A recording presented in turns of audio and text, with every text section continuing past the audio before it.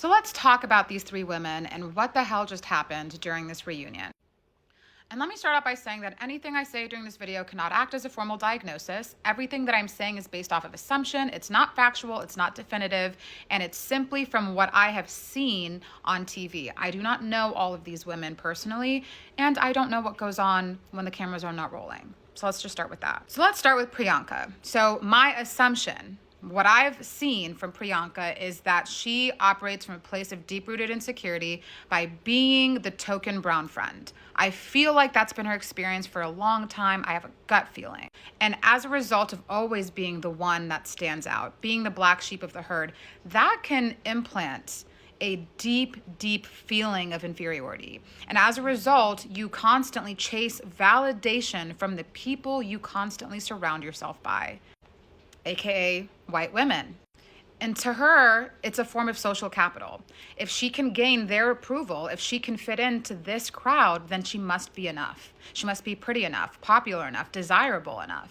It's the same insecurity that you often see in people that are male-centered. It's no different. The only difference is instead of gender, it's race. But in this case, I see both with her, truly.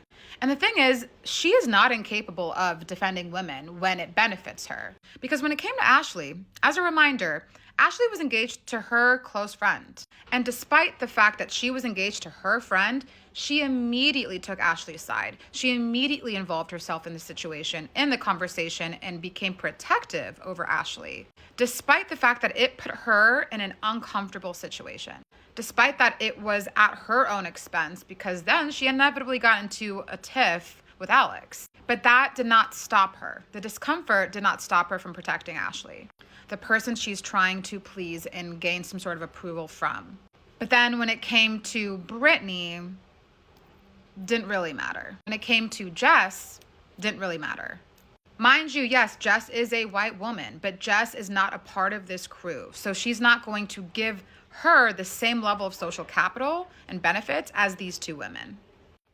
And the part of her that's also very male-centered also aligned with these women because she saw that these women were getting some sort of attention from these men.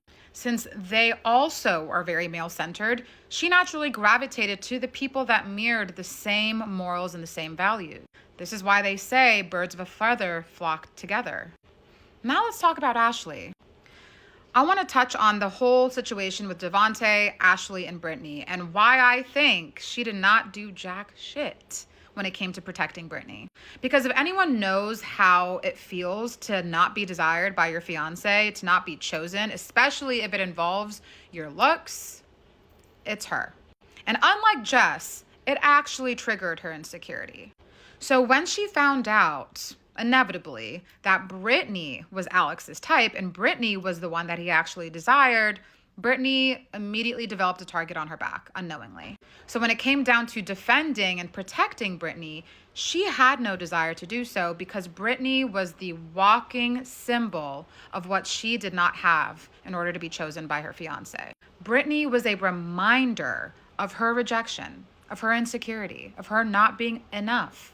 So of course, subconsciously, when it came down to it, why would she protect her? It's an incredibly flawed mindset. And again, none of this is definitive. This is just my assumption. It has nothing to do with anything Brittany has ever done to her. Let's just say that.